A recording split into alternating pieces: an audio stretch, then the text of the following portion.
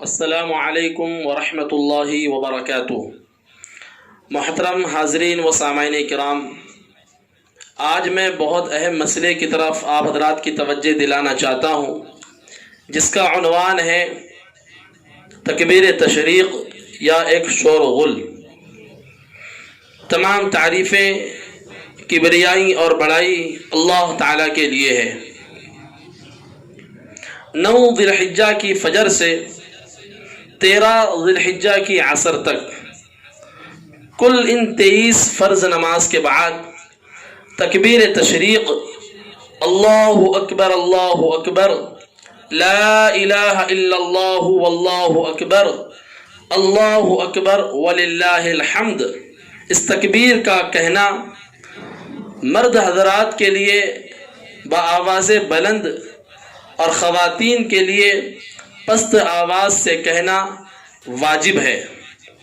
اس تکبیر میں اللہ کی بڑائی، اللہ کی کبریائی، اللہ کے سوا کوئی معبود نہیں، اس کا اقرار اور اللہ کی حمد بیان کی گئی ہے۔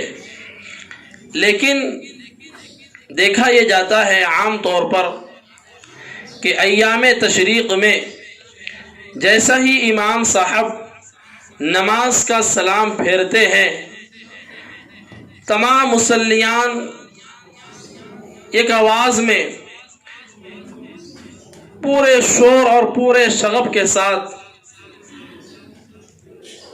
تکبیر تشریق کو 5 سیکنڈ میں اس طرح ختم کر دیتے ہیں جیسے اللہ اکبر لا الہ الا اللہ واللہ اکبر وللہ الحمد۔ بے پڑھے لکھے لوگ یا کم پڑھے لکھے لوگ یا بچے سمجھ بھی نہیں پاتے کہ کیا پڑھا گیا، کیا کہا گیا، کیا بولا گیا۔ حالانکہ تکبیر تشریق اسلام کے شعار میں سے ہے، اس لیے اس تکبیر کو پڑھنے کے طریقے ہیں کہ کس طریقے سے اس تکبیر کو پڑھا جائے۔